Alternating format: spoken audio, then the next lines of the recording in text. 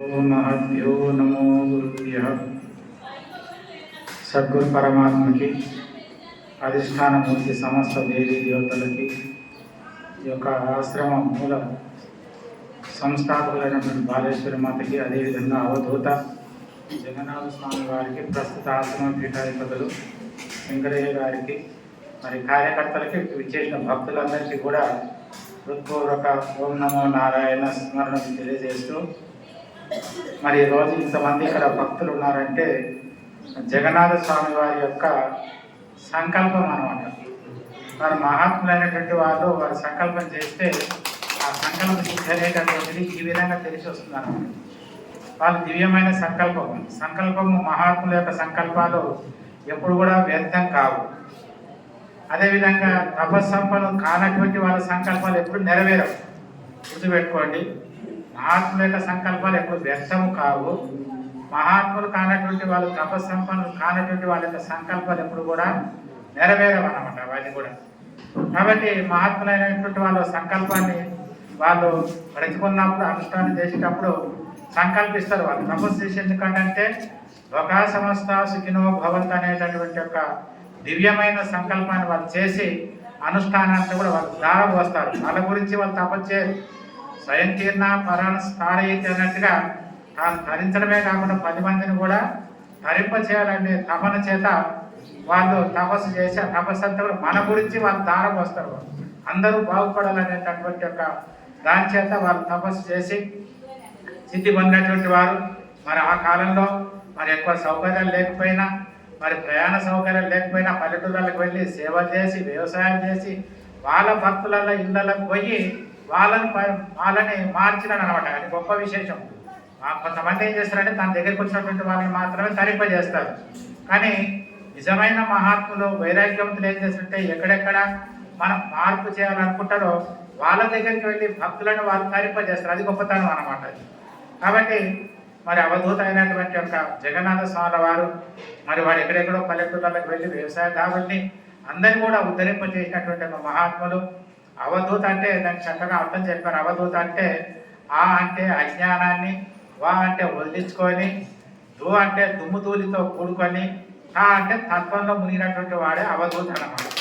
కాబట్టి అలాంటి అవధూత స్వామి ఆయన దేహభావన లేకపోయినా అందరికి పరమాత్మ భావన కలిగించాలనే భావన చేత మరి నేను కూడా ఇంచుమించు 20 సంవత్సరాల నుంచి ఆశ్రమానికి వారు ఉన్నప్పుడు వస్తున్నాను. ఎంతో ప్రేమగా వారు వారి మూర్తి తక్కువైన కీర్తి మాత్రం చాలా పెద్దది.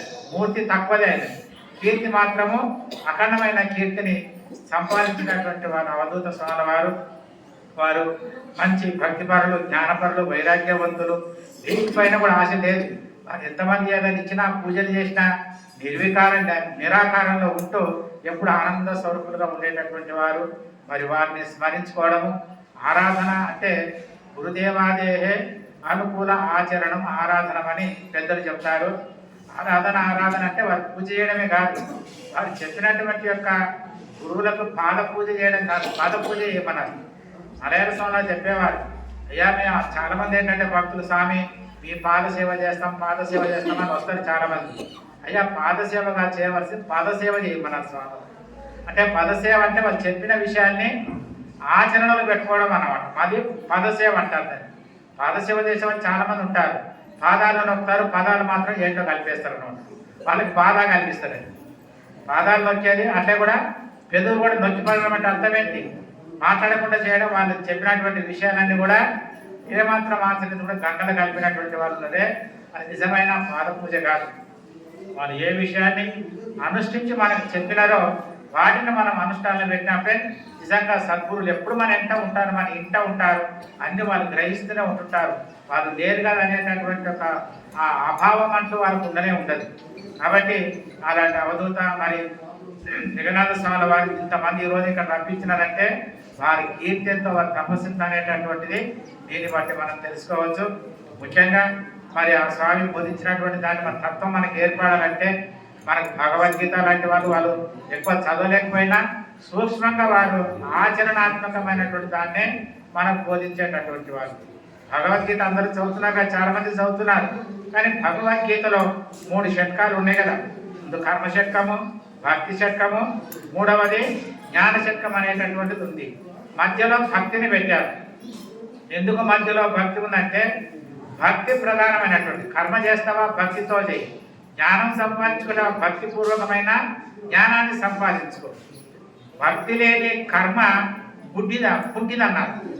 భక్తి లేని జ్ఞాన కర్మ ఏదైతే ఉందో అది పుట్టిది, జ్ఞానం లేని భక్తి పుట్టిదన్నారు.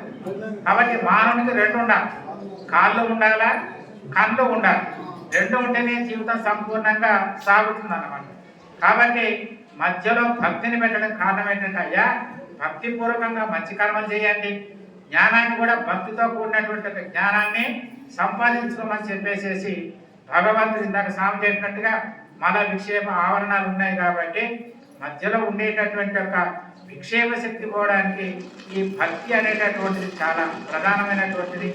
ఆ భక్తులు కూడా మరి ఇంతమంది మనం భక్తులు ఉన్నాం, మన పాటికి మనం నేను భక్తుని అనుకుంటాం.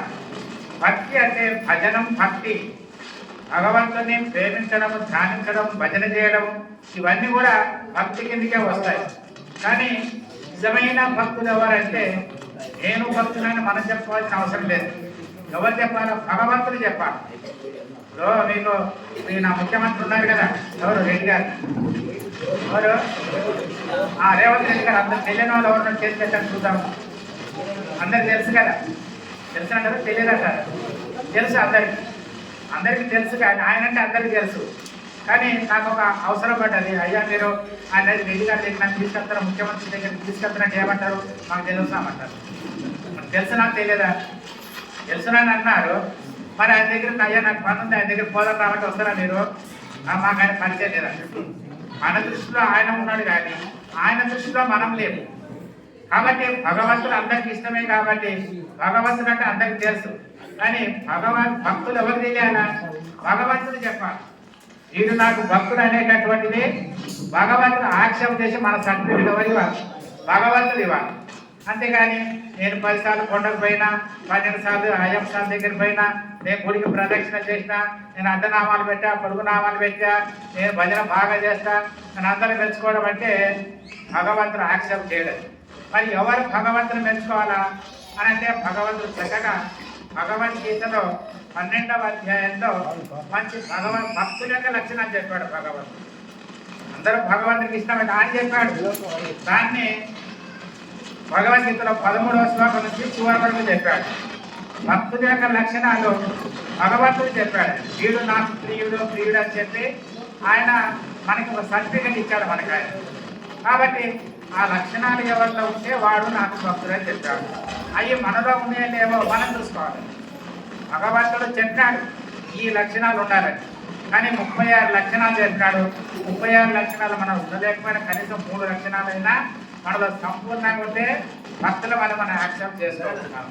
కాబట్టి అది మొట్టమొదటి చెప్తాడు. వినడానికి బాగానే ఉంటాయి, కానీ 1-2 లక్షణాలు చెప్తే టైం లేదు. మనం ఒక లక్షణం చెప్తాం ఏంటంటే అద్వేష్ట సర్వభూతాన మైత్రవచ నిర్మమో నిరహంకార సమదుఃఖ సుఖాక్షమి సంతుష్ట సతతం యోగాన్ని మొదలుపెట్టి సమే ప్రియ అంటూ 6 సార్లు చెప్పాడు భగవంతుడు. కాబట్టి వాడు నాకు ప్రియుడు అంటున్నాడు. మొట్టమొదటి ఎవరు అంటే అద్వేష్ట సర్వభూతాన అద్వేష్ట, ద్వేషం లేనివాడు భక్తుడు అని చెప్తున్నాడు.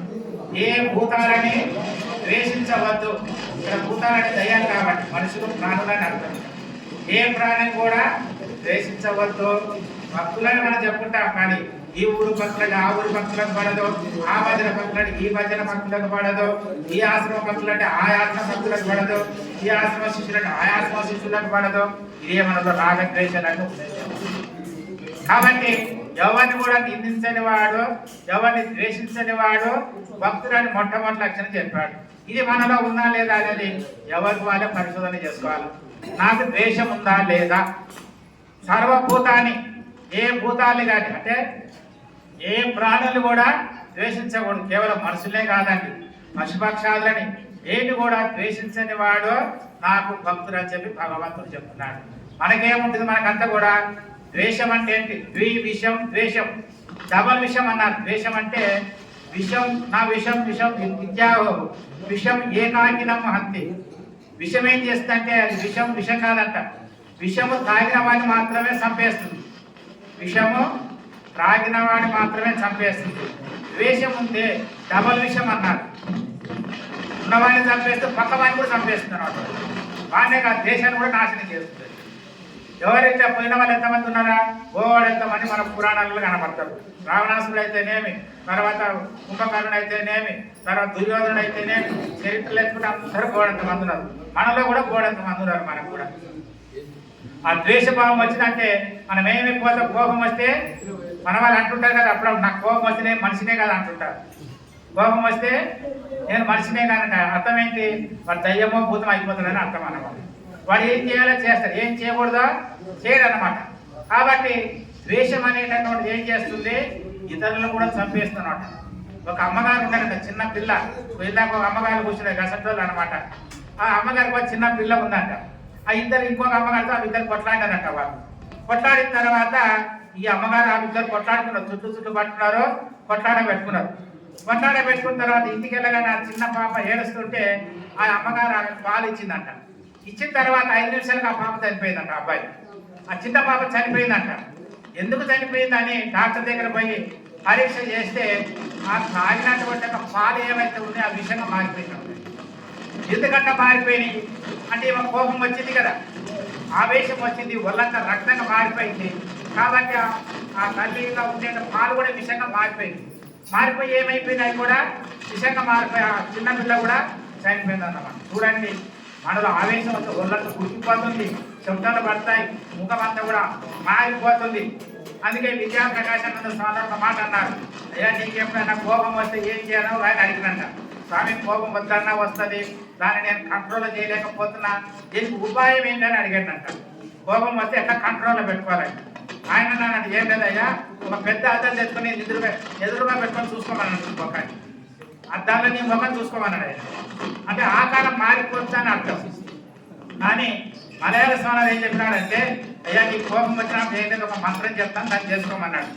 ఏంటి అని అంటే సత్యం శాంతం దయ, ఓ మనస సత్యం శాంతం దయ అని ఒక 3 సార్లు అనుకున్నాడు స్వామి.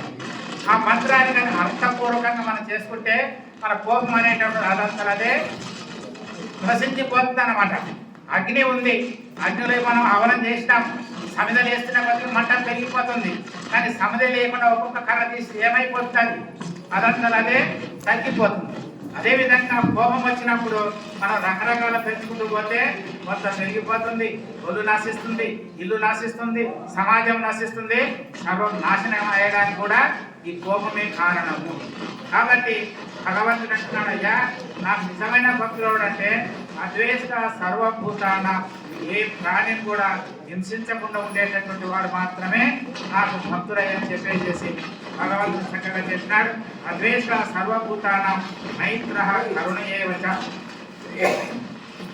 రెండవది ఏముండాలంటే ప్రేమతత్వాన్ని కూడా చూపించాలి.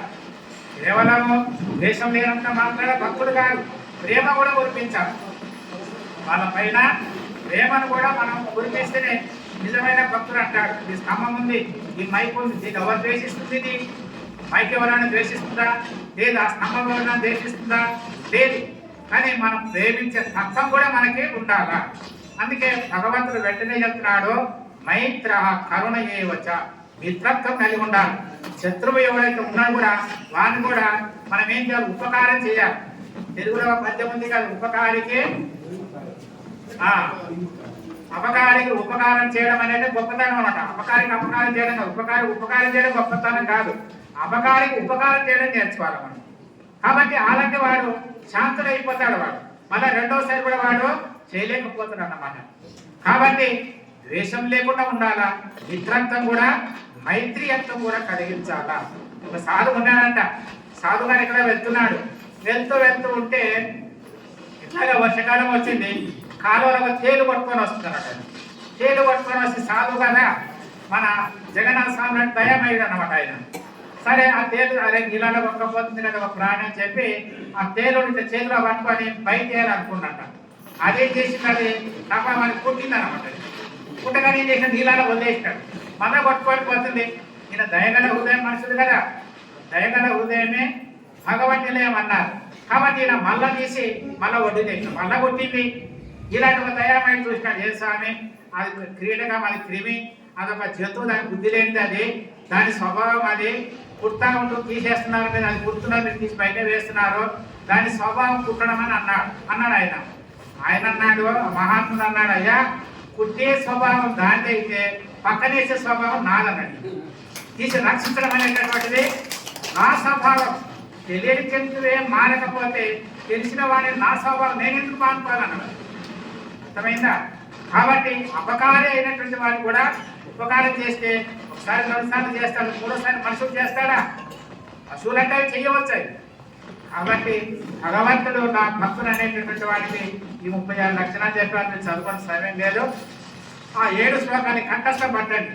దాంట్లో ఒక్కొక్క దాన్ని మనం విచారించుకుంటే నిజంగా మనం భక్తులమా లేమా అనే సర్టిఫికెట్ ఎవరో ఇవ్వాల్సిన అవసరం లేదు. భగవంతుడు మనకి సర్టిఫికెట్ ఇస్తే అందరూ ఇచ్చినట్లు లెక్కని. కాబట్టి మనమందరం కూడా భక్తులమయ్యి జ్ఞానవంతులమయ్యి భగవంతుడు సెలవిచ్చినటువంటి ఒక మార్గంలో నడుచుకొని మన జీవితాన్ని ధన్యం చేసుకుంటాం. హరి ఓం తత్సత్.